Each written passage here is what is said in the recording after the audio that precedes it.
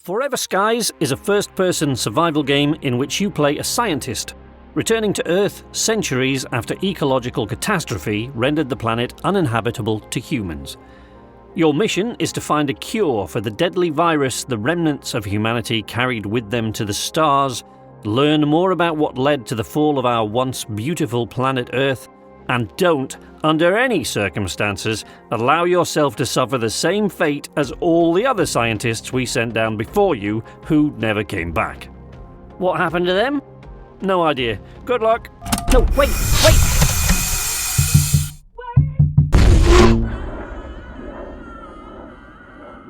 Saving humanity from extinction is great, and while it's certainly a noble goal, the really cool part is that you get to do it from your very own airship. If you've ever played Raft or Subnautica and thought to yourself, I love this idea, but I really don't like the sea, then Forever Skies is probably the game for you. Unless you're desperately afraid of heights, in which case you're fucked. Because although the vehicle you will start with could generously be described as an airship, it would be much more accurate to describe it as a small box with a steering wheel in it stuck to the bottom of a balloon.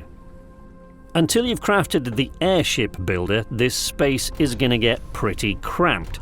But once you do, you can expand to your heart's content. Or, I guess, expand within the limits set by physics, research and developments, resource availability, and common sense.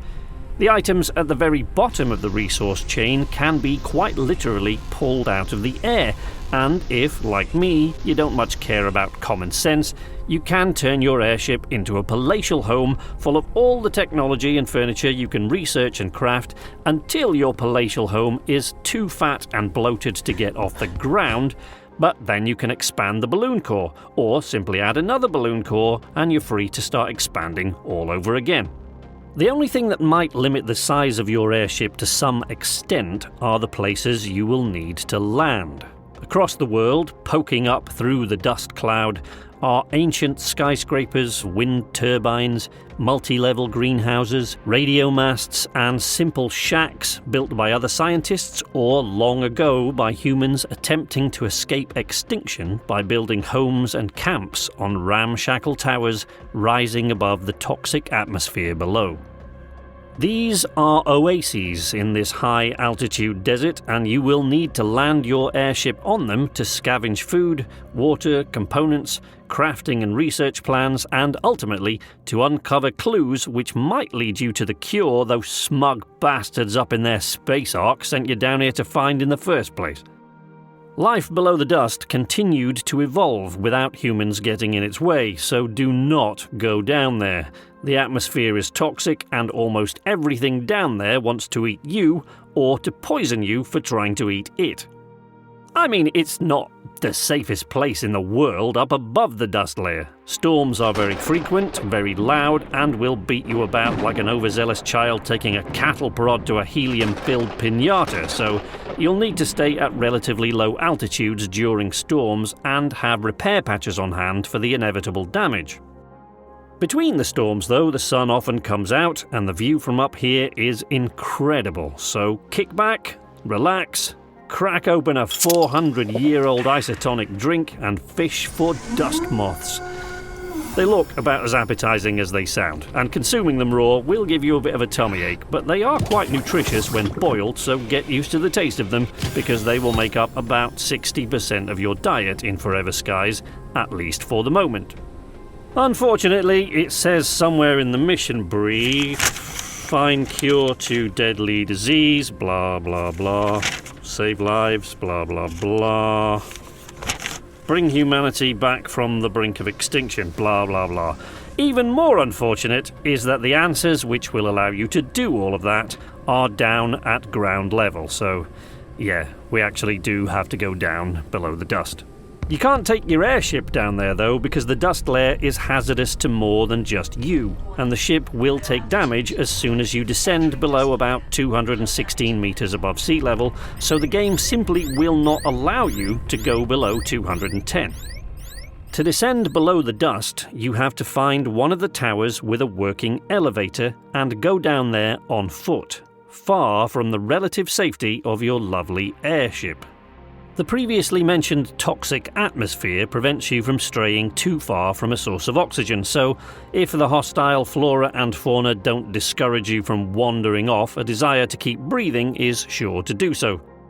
Down here is where the story will continue, but there isn't much story right now because Forever Skies is an early access game, and at the time of writing this has been available for less than a week.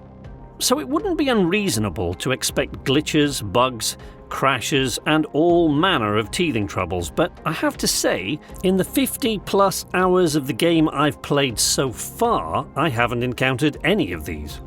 The developers, Far From Home, are a new company founded in 2020, and Forever Skies is their first game, but the development team, spread across Poland, Croatia, Portugal, and the UK, is made up of more than 20 people with a wealth of game development experience, having worked on titles such as Dying Light 1 and 2, Dead Island, Divinity Original Sin, Outriders, League of Legends, and more.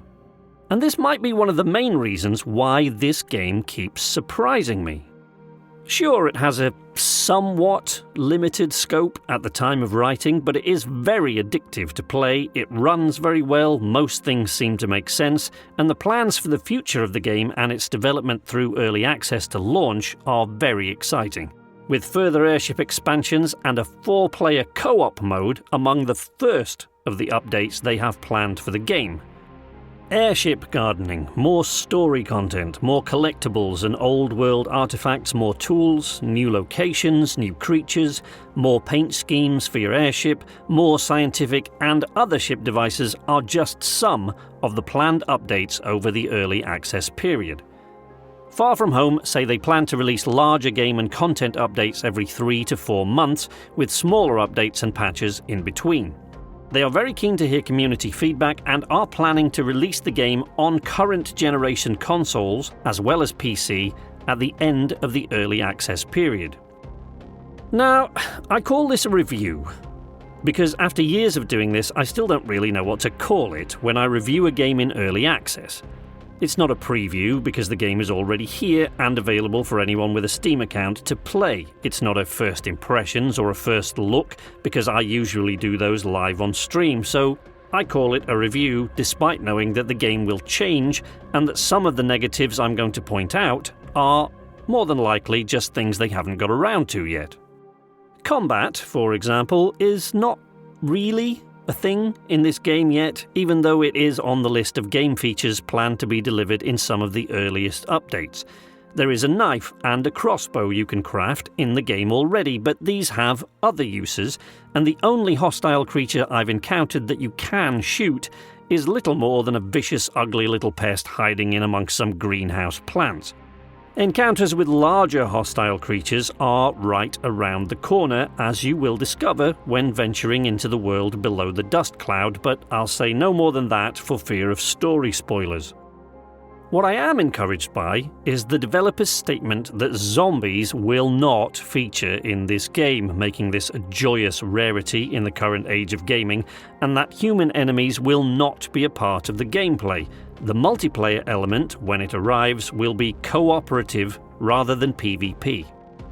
I am a little puzzled, though, by the decision to add a pet to the game at this early stage. Especially since, and I realise I'm about to alienate roughly 70% of my viewers here, for me, keeping a pet doesn't really gel with the whole look at what we've done to the natural beauty of the planet aspect of this game.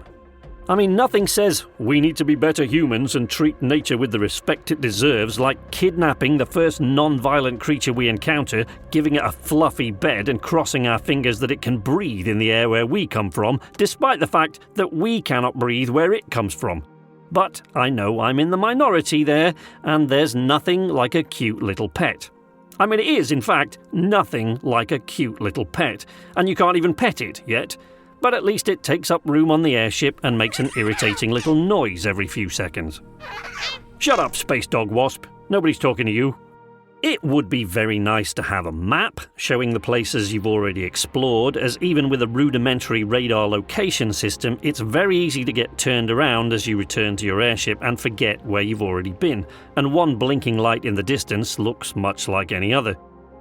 Weirdly, despite being in a game where time of day seems to make little difference, I found myself strangely disoriented by the lack of any means to tell the time, except going to sleep.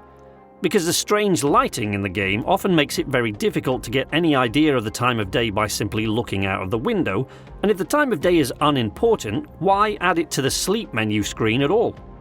Moving things from your inventory to your quick select slots in order to place them is a pain, especially if your quick select menu is full and you have to empty a slot into your backpack and then move the item you want to place into your quick select slot and then select it in order to place it. And it would be nice to be able to put my tools away whilst walking around even when my quick select slots are full, instead of always having one of them dangling in front of my face. And on an airship where weight and space are a factor, I'd like to be able to scrap things I no longer need, even if I can't reclaim the materials used. The airship itself already looks fantastic. On the inside. The outside reminds me of that Douglas Adams quote, "The ships hung in the sky in much the same way that bricks don't."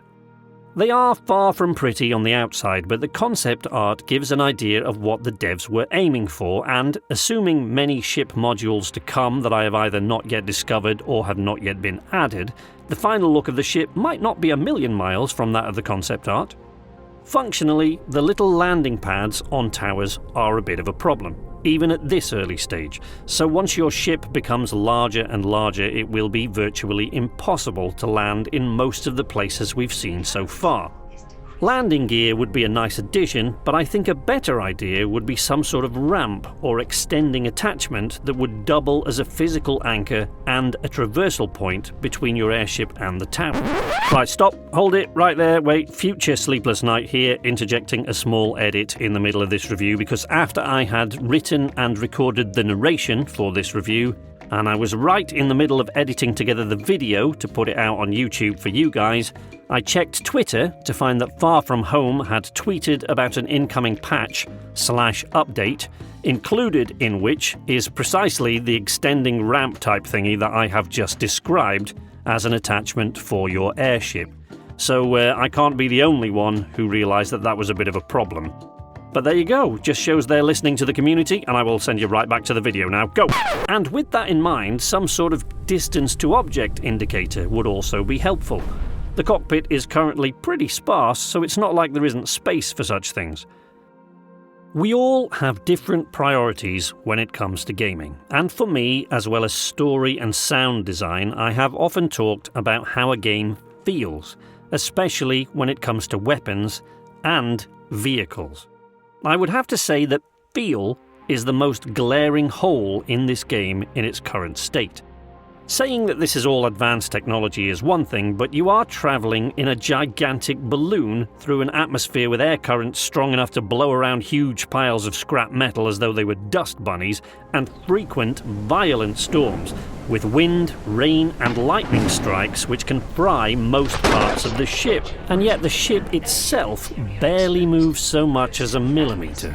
Gauging the distances between your ship and the objects around you is hard enough, but when you crash into things, the audio-visual feedback is so slight as to be almost non-existent, and the ship moves like it's on very smooth, very well-oiled rails. It's an airship, so that huge helium-filled chasm over your head is always going to make sure you stay bottom side down, but the tiniest bit of a pitch when you fire up the engines, or perhaps an almost imperceptible roll when turning sharply, would go a long way toward making the experience of flying this thing more immersive. These are mostly things I hope to see improved as early access wears on, and the devs seem intent on listening to feedback from the players and implementing the most requested features wherever possible. I've seen a certain amount of screen tearing, but nothing so much as to affect my experience with the game, which overall seems very stable, and I have to say the game already surprises me in small ways quite often. The virus sample analyzer, which is obviously a major part of the story, is quite an interesting little minigame which almost makes you feel like you're really doing something science-y. They claim to be working on improved controller support, but I've played it almost exclusively with a controller, and it seems to work very well, with only a very few places where I needed to use the mouse. And I only recently discovered that not only can you salvage metal from the scaffolding inside the remnants of skyscrapers in this game, but doing so will often cause the building it supports to crumble and collapse. And it all depends on where and how the scaffolding is located. Some buildings won't move at all, others will fold over but remain standing, and still others will collapse and disappear into the dust layer entirely. Not something I ever expected from this game, but a pleasant and welcome surprise.